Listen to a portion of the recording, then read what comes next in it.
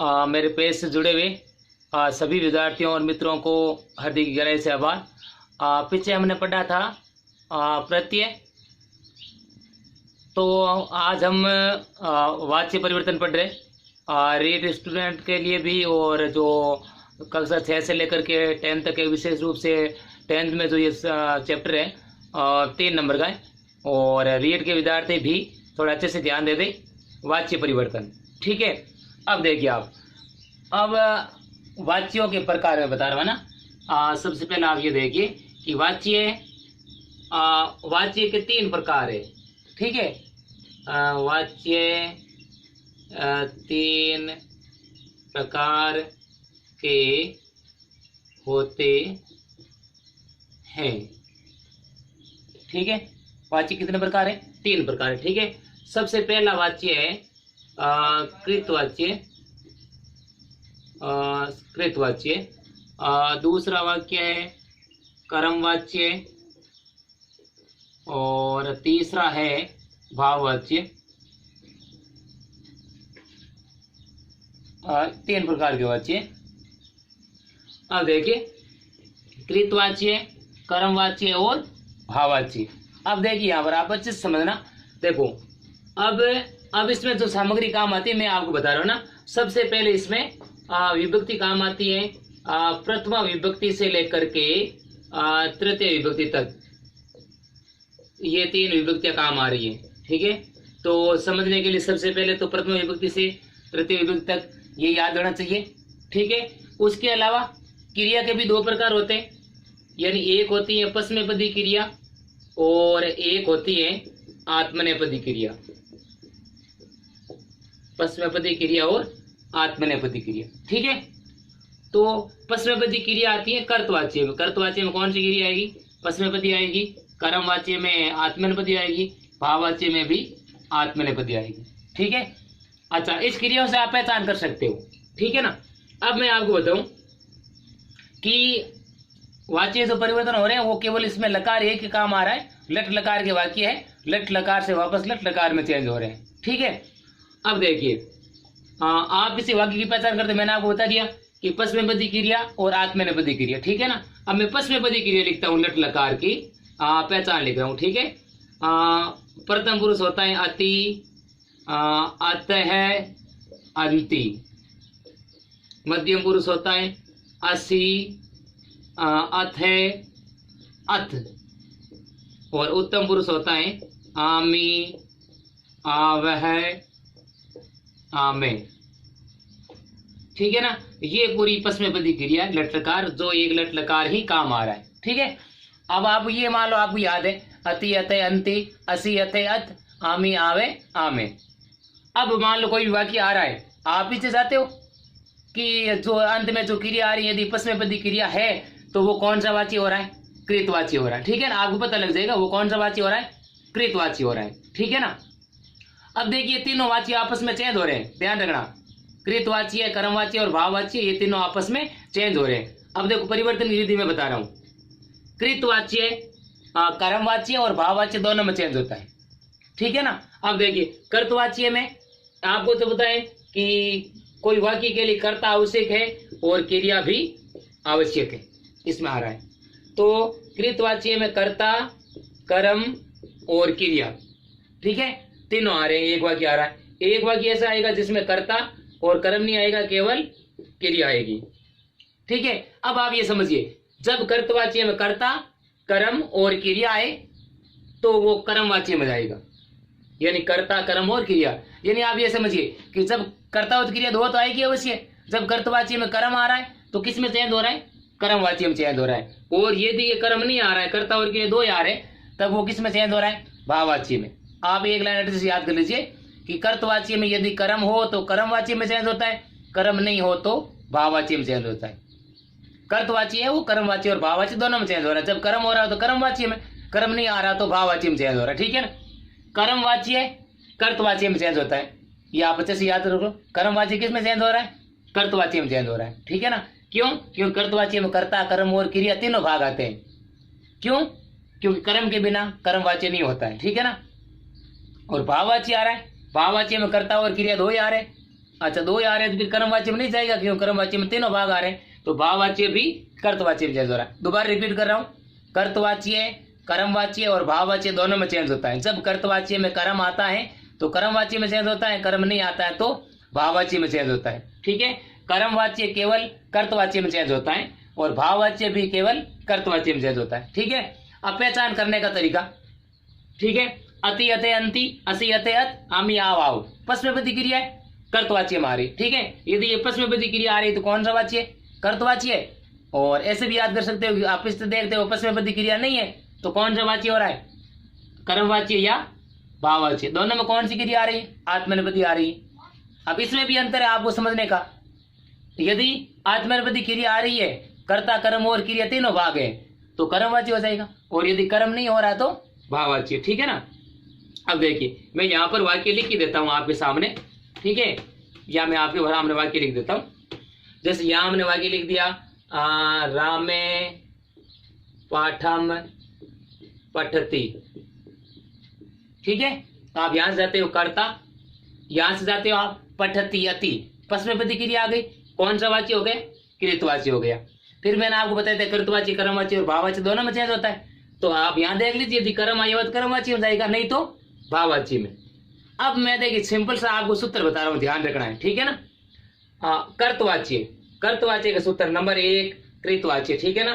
कृतवाच्य का सूत्र आएगा, इसमें कर्ता आएगा प्रथमा विभक्ति में, एक का मतलब प्रथमा विभक्ति, ध्यान रखना। ठीक है, कर्म आएगा द्वितीय विभक्ति में, प्लस क्रिया आएगी पश्चिमपदी कर्ता अनुसार। ये हो गया, यानी कि सीधा 1 + 2 प्लस पश्चिमपदी क्रिया कर्तानुसार। कर्तानुसार क्रिया इसलिए कर्तवाच्य, कर्मवाच्य कर्मानुसार क्रिया इसलिए कर्मवाच्य। अब यहाँ देखिए 2 से कर्मवाच्य का, कर्मवाच्य आ रहा है, उसमें कर्ता आ रहा है तृतीय विभक्ति में, प्लस कर्म आ रहा है प्रथमा विभक्ति में, और प्लस क्रिया आ रही है आत्मनेपदी कर्मानुसार, है ना।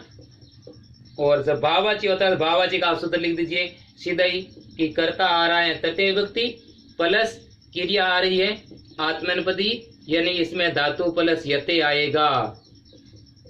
कर्ता तृतीय विभक्ति, धातु प्लस यते। ठीक है, तो अब मान लो ये पश्चिमपदी क्रिया वाली ये सारणी होगी।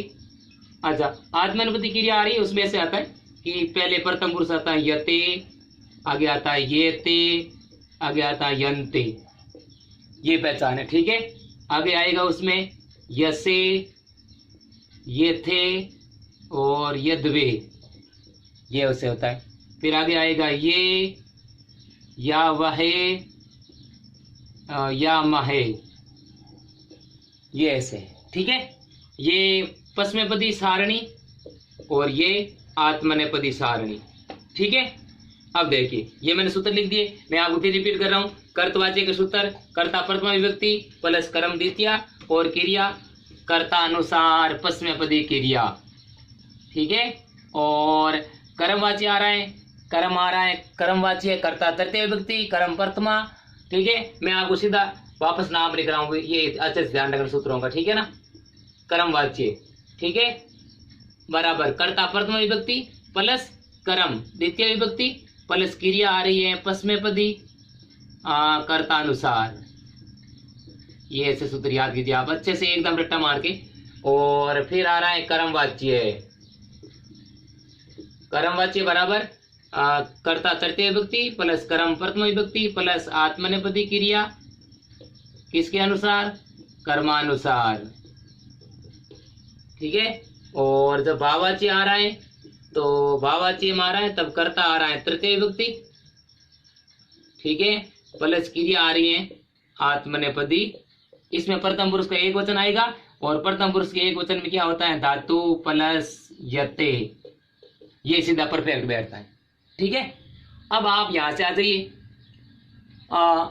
पश्चिमपदी क्रिया कर्तवाच्य में आ रही है। ठीक है, तो जहां पश्चिमपदी क्रिया हो वहां कर्तवाच्य हो गया, जहां आत्मनेपदी क्रिया आ रही हो कर्म आया तो कर्मवाच्य, कर्म नहीं आया तो भाववाच्य, ये पहचान करने का तरीका। ठीक है ना। अब देखिए, अब मैं आपको अच्छे से थोड़ा रिपीट कर रहा हूं ना, इस सारणी को याद रखना जो मैं बताने जा रहा हूं। सबसे पहले क्योंकि अब उसमें लिखा हुआ ना कि कर्तवाची के सूत्र में लिखा हुआ है क्रिया कर्तानुसार, कर्मवाची के सूत्र में लिखा हुआ है क्रिया कर्मानुसार। ठीक है, अब दोनों के अनुसार से मतलब समझ लो। कर्तवाची क्रिया कर्तानुसार आ रही है। अब इसमें अनुसार का मतलब ये होता है कि जब भी आप कर्तवाची क्रिया लिखते हो, ठीक है ना, जब आप कर्तवाची क्रिया लिखते हो तो क्रिया कर्ता अनुसार आती है। ठीक है ना। अब अनुसार का मतलब ये हो गया कि कर्ता और क्रिया का एक तो पुरुष समान होना चाहिए, एक वचन समान होना चाहिए। कर्मवाची लिख रहे हो, कर्मवाची क्रिया कर्मानुसार है। ठीक है, कर्मवाची में फिर कर्म और क्रिया का पुरुष समान होना चाहिए, वचन समान होना चाहिए। कर्तवाची में कर्ता और क्रिया का वचन पुरुष समान होना चाहिए, कर्मवाची में कर्म और क्रिया का वचन पुरुष समान होना चाहिए। और भाववाची है, उसमें प्रथम पुरुष एक वचन आ रहा है, उसमें कोई इधर उधर नहीं आ रहे किसी के अनुसार। ठीक है, अब देखिए, अब शब्दों पर ध्यान देना अच्छे से, इसमें जो काम आ रहे हैं विशेष तौर से। ठीक है, अब देखिए प्रथम पुरुष में कौन कौन शब्द आते हैं ये आपको याद रखने, मध्यम पुरुष में कौन से आते हैं, उत्तम पुरुष में कौन से आते हैं। क्योंकि जब आप कर्तवाची क्रिया कर्ता अनुसार लिखोगे तो कर्ता में आप शब्द देखोगे कि कौन सा शब्द है, शब्द का पता चलेगा। फिर आप देखोगे कि कौन सा शब्द किस पुरुष में आता है, उसी पुरुष की क्रिया आएगी, वचन उसी के अनुसार। वैसे कर्मवाची में वही है, कर्तवाची कर्तानुसार है क्रिया, कर्मवाची की कर्मानुसार। अब देखिए तीन पुरुष है ना, प्रथम पुरुष ध्यान रखना, प्रथम पुरुष विशेष तौर से है ना। अब इसमें देखो जितने भी संज्ञा शब्द है वो कहाँ आते हैं, प्रथम पुरुष में आते हैं। ठीक है ना। उसके अलावा सर्वनाम शब्दों में से देखिए तत् शब्द आ रहा है, एतत्, इदम। ठीक है, जो काम आ रहे हैं वो मैं बता रहा हूं, सर्वे और भवत, ये याद रखना है। ठीक है ना। तो प्रथम पुरुष में आप याद कर लीजिए। अभी आपको जो काम आ रहे हैं 10th वाले सिलेबस में, यानी कि संज्ञा शब्द और तत् शब्द, 10th वाले दो याद रखना। रीट वाले विद्यार्थी ये इनका प्रयोग हो रहा है। इसके अलावा यह तो और किम बच गया है, उसका प्रयोग नहीं हो रहा है क्योंकि वो प्रश्नवाचक है। ठीक है, तो 10th रीट वाले सारे याद रखना, 10th वाले याद रखना। प्रथम पुरुष में दो शब्द आते हैं, संज्ञा शब्द और तत् शब्द। आगे आ गया मध्यम पुरुष। ठीक है ना, मध्यम पुरुष में युष्म शब्द एक ही आता है, ध्यान रखना है। आगे आ गया उत्तम पुरुष, उत्तम पुरुष में अस्म शब्द आ रहे हैं। ठीक है, अब देखिए आप अब जितनी क्लास पूरी करें आज इसमें आप ये समझना, दो सारणी मैंने लिखी है, एक पश्चिमी लट लकार की सारणी आप याद कीजिए पहचान, एक आत्मनिपदी लट लकार की सारणी वो आप याद कीजिए, और ये वाले मैंने बताए हैं, जो मैंने बताए ये याद कीजिए। और नंबर 2 जो सूत्र आ रहे हैं उसको आप अच्छे से याद कीजिए, और जो चेंज करने की विधि है कौन सा किस में चेंज हो रहा है उसको आप अच्छे से समझिए। ठीक है, और यहाँ इस आज वाले में चैप्टर में जो भी रह गया हो, किसी को कोई कहाँ जहाँ भी समझ में नहीं आया हो वो मुझे कमेंट करके बता सकते हैं। अन्य कोई भी जो भी विद्यार्थी या मित्र जो रीट स्टूडेंट है जो रीट की तैयारी कर रहे हैं वो भी अवश्य बताएं कौन सा कहाँ समझ में नहीं आ रहा है। मुझे कमेंट लिख के या इंस्टाग्राम पर या व्हाट्सएप पर मैसेज कर सकते हैं कि सर ये वाला चैप्टर है हमारे पल्ले नहीं पड़ रहा है। मैं आपको संपूर्ण विश्वास दिलाता हूँ कि संस्कृत ग्रामर का कोई भी चैप्टर किसी भी विद्यार्थी के, चाहे रीट की तैयारी कर रहा हो, चाहे पटवार की, चाहे किसी अन्य वैकेंसी की तैयारी कर रहा हो, कोई भी चैप्टर आप मुझे कमेंट करके चैनल पर बता सकते हैं कि सर ये वाला चैप्टर है हमें समझ में नहीं आया है। मैं आपको पूर्ण विश्वास दिलाता हूँ कि मैं आपको वहाँ से कैसे भी तरीके से टेक्निक से मैं आपको समझा करके बता दूंगा, अवश्य समझ में आएगी। और अंत में फिर यही कह रहे हैं कि जो भी विद्यार्थी मेरे चैनल से नहीं जुड़े हुए हैं वो प्लीज़ जुड़ जाए और वीडियो को अच्छे से देखें, क्योंकि आपके काम के लिए और आपके लिए भी बना रहे हैं। अंत में सभी को जय हिंद, जय जवान, जय किसान।